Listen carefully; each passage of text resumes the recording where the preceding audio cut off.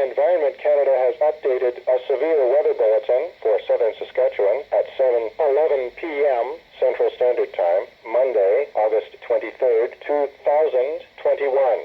A severe thunderstorm watch is issued for the following regions: Outlook, Watrous, Hanley, Imperial, Dinsmore. A severe thunderstorm watch is continued for the following regions: Kindersley, Rosetown, Biggar, Wilkie, Macklin.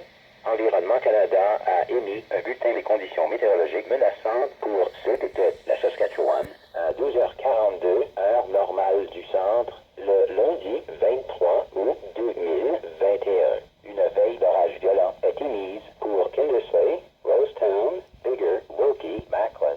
Environment Canada has updated a severe weather bulletin for southern Saskatchewan at 7:11 p.m. Central Standard Time, Monday, August 23rd, 2021.